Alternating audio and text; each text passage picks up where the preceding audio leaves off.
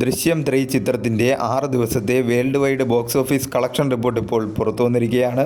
ചിത്രം 6 ദിവസം കൊണ്ട് വേൾഡ് വൈഡ് 171 കോടി നേടിയിരിക്കുകയാണ്. ആദ്യ ദിനം വേൾഡ് വൈഡ് 43.30 കോടിയും, രണ്ടാം ദിനം 34.15 കോടിയും, മൂന്നാം ദിനം 35.32 കോടിയും, നാലാം ദിനം 29.53 കോടിയും, അഞ്ചാം ദിനം 15.30 കോടിയും, ആറാം ദിനം 13.40 കോടിയുമാണ് ചിത്രം 6 ദിവസം കൊണ്ട് വേൾഡ് വൈഡ് നേടിയത്.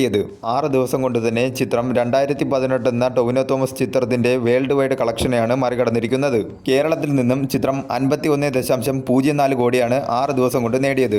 കേരള ബോക്സ് ഓഫീസിൽ നിന്നും ഏറ്റവും വേഗത്തിൽ 50 കോടിയിലെത്തുന്ന രണ്ടാമത്തെ ചിത്രമായി മാറിയിരിക്കുകയാണ് ദൃശ്യം 3. 6 ദിവസം കൊണ്ടാണ് ചിത്രം ഈ നേട്ടം കൈവരിച്ചിരിക്കുന്നത്. വർക്കിംഗ് ഡേയും ആദ്യ ചൊവ്വാഴ്ചയുമായ ഇന്നലെ കേരളത്തിൽ നിന്നും 5.61 കോടിയാണ് ചിത്രം കേരള ബോക്സ് ഓഫീസിൽ നിന്നും കളക്ട് ചെയ്തത്. തെലുങ്കു സ്റ്റേറ്റിൽ നിന്നും ചിത്രം 6 ദിവസം കൊണ്ട് 8.33 കോടിയാണ് നേടിയത്. തെലുങ്കാനയിൽ നിന്നും 5.05 കോടിയും, ആന്ധ്രാപ്രദേശിൽ നിന്നും 3.28 കോടിയുമാണ് ചിത്രം 6 ദിവസം കൊണ്ട് കളക്ട് ചെയ്തത്.